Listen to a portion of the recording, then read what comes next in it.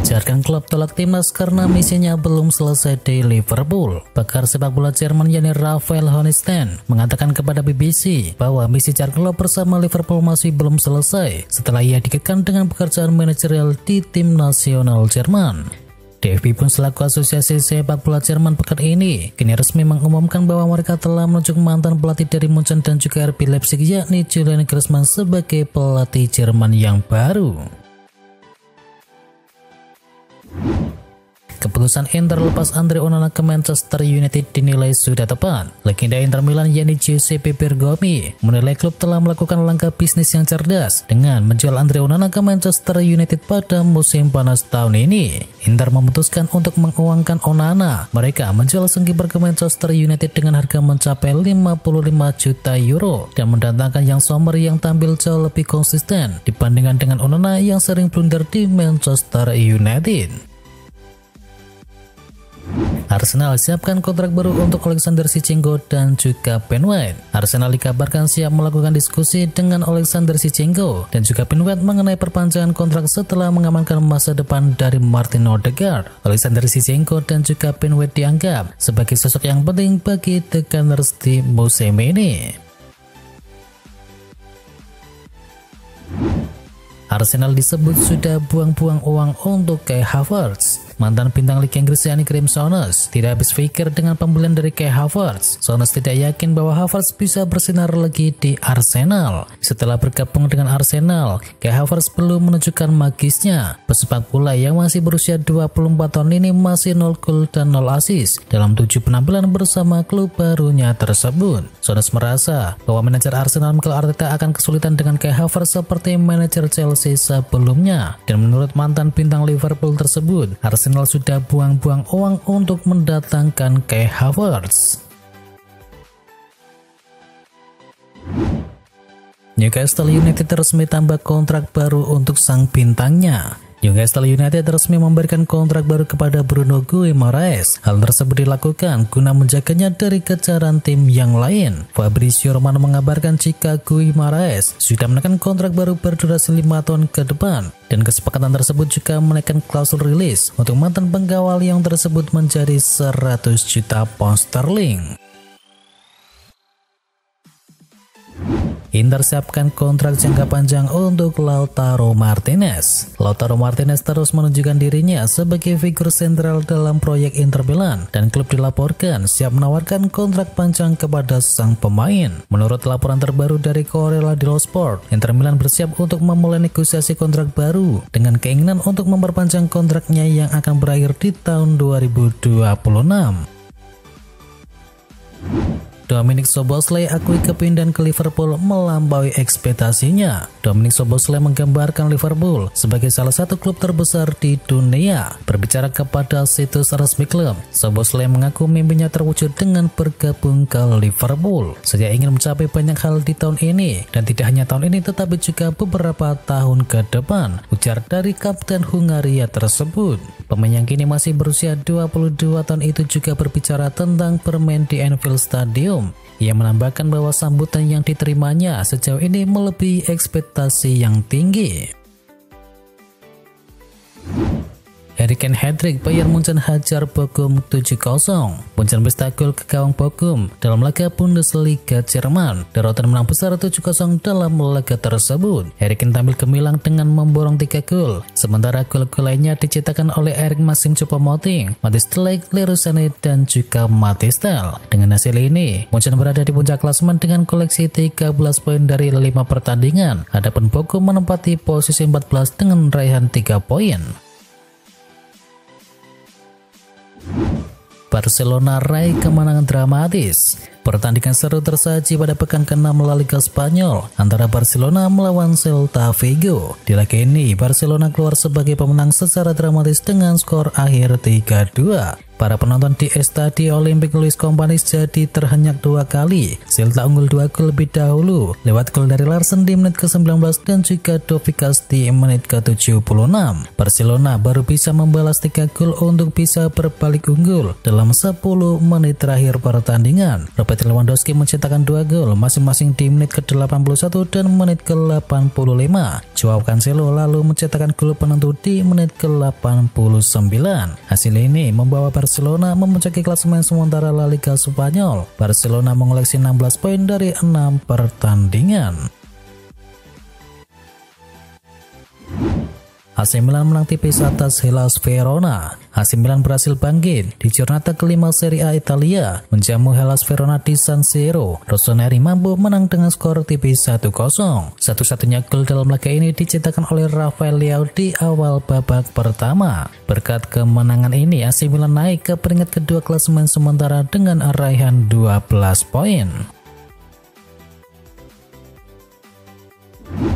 Juventus kacau balau. Juventus menelan kekalahan saat bertandang ke markas Sassuolo dalam lanjutan Serie A Italia. Bianconeri dipaksa menyerah dengan skor akhir 2-4. 4 gol Sassuolo tercipta berkat gol dari Armand Lorente, Domenico Berardi, Andrea Pinamonti, dan gol bunuh diri dari Federico Gatti. Sementara Juventus mendapatkan 2 gol lewat Federico Chiesa dan gol bunuh diri dari Matias Vena. Dengan hasil ini, Juventus berada di posisi keempat dengan koleksi 10 poin. Dan Sassuolo menempati peringkat ke-11 dengan torehan 6 angka.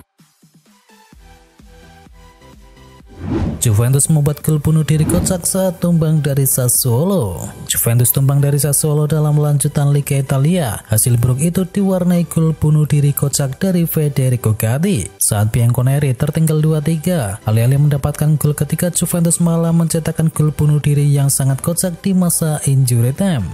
Szczesny melakukan tendangan bebas di dekat bendera corner dan mengarahkan bola diagonal ke Gatti, dan bek Juventus itu mendapatkan tekanan dari lawan di saat bola bergulir, dan Gatti yang sepertinya panik buru-buru mengembalikan bola ke Szczesny yang belum sempat balik ke kotak penalti. Bola pun akhirnya menggelinding ke dalam gawang tanpa pengawalan.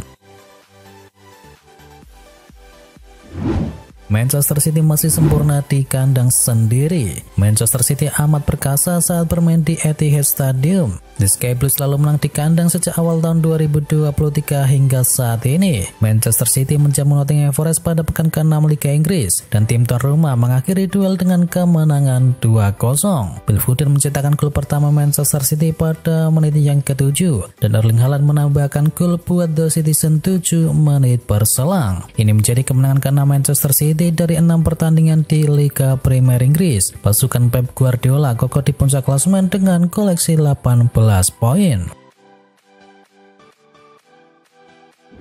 Guardiola marah Rodri dapatkan kartu merah. Manajer Manchester City Josep Guardiola mengaku marah dengan Rodri karena mendapatkan kartu merah dalam pertandingan melawan Nottingham Forest. Rodri mendapatkan kartu merah langsung di awal babak kedua. Gelandang asal Spanyol tersebut dapatan mencekik layar pemain Nottingham Forest yakni Morgan Gibbs-White, dan kartu merah tersebut tentu saja akan merugikan Manchester City. Dia akan absen untuk 3 pertandingan Liga Inggris, termasuk pertandingan melawan Arsenal.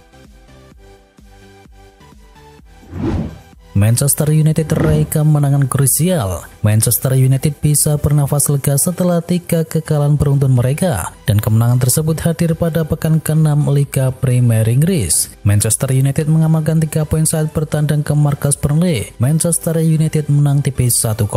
Satu-satunya gol yang tercipta di laga ini lahir di menit ke-45. Bruno Fernandes menjadi aktor utama kemenangan milik The Red Devils. Dengan kemenangan ini, Manchester United merangsek naik ke posisi 8 klasemen sementara Liga Inggris, dan skuad asuhan dari Erik ten Hag mengumpulkan 9 poin dari 6 laga. Tampil gemilang Jonny Evans tuai pujian. Jonny Evans menjadi starter untuk Manchester United saat bertandang ke markas Burnley. Bek 35 tahun itu tampil gemilang dan membantu timnya untuk menang. Ini menjadi penampilan starter pertama Evans untuk Manchester United sejak tahun 2015.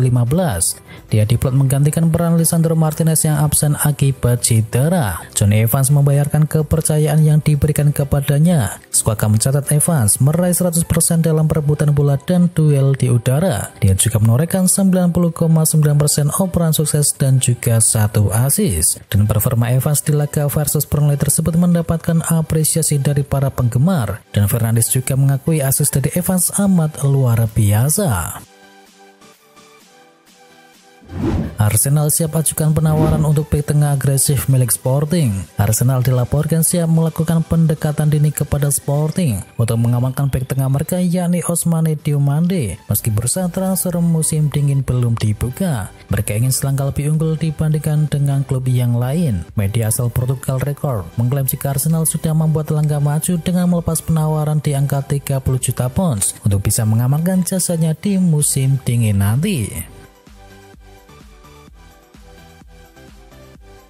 Liverpool kian dekat dengan Nayef Aguerd. Liverpool jelas membutuhkan sosok bek tengah serba bisa yang mampu ditempatkan lebih dari satu posisi untuk menyuplai kebutuhan taktik dari Jurgen Klopp. Dan bek milik West Ham United Nayef Aguerd disinyalir bisa menjalankan tugas tersebut mengingat ia adalah seorang pemain yang bisa dipasang sebagai bek tengah maupun bek kiri. Jika Liverpool ingin bisa mendatangkan Aguerd, mereka dikabarkan harus merogoh kocek mencapai 35 juta euro atau sekitar 608 miliar rupiah. Chelsea dan Munchen pantau situasi dari Aaron Ramsdale. Menurut laporan terbaru dari Daily Mail, Chelsea dan Bayern Munchen sudah mulai memantau situasi dari Ramsdale di Arsenal. Keduanya juga tak menutup peluang untuk bisa mendatangkan sang pemain. Mencari kiper baru sepertinya memang menjadi salah satu prioritas utama Bayern Munchen. Mereka mencari suksesor bagi Manuel Neuer yang saat ini sudah menginjak 37 tahun. Di sisi lain, kiper saat ini yakni Steven Ulreich juga dianggap belum menampilkan performa yang meyakinkan. Lain cerita dengan Chelsea, mereka sudah mendatangkan Robert Sanchez dan juga Petrovic. Namun klub beranggapan bahwa mereka masih memerlukan tambahan amunisi di sektor penjaga gawang. De Gea pertimbangkan untuk pensiun. Kiper top Spanyol David De Gea sampai saat ini masih menganggur. Saat ini mantan penggawa Atletico Madrid itu tengah berlatih sendiri untuk menjaga kebugarannya sembari menunggu tawaran. Laporan dari The Guardian mengungkapkan, kiper berusia 32 tahun itu menganggap dirinya masih berada di puncak performa dan masih mau bersaing untuk gelar-gelar bergengsi di Eropa. Disebutkan pula De Gea menginginkan klub baru yang bisa menjamin kesempatan bermain sebagai kiper utama. Akan tetapi jika keinginannya itu tidak terwujud, maka David De Gea bisa saja akan mengakhiri karir profesionalnya.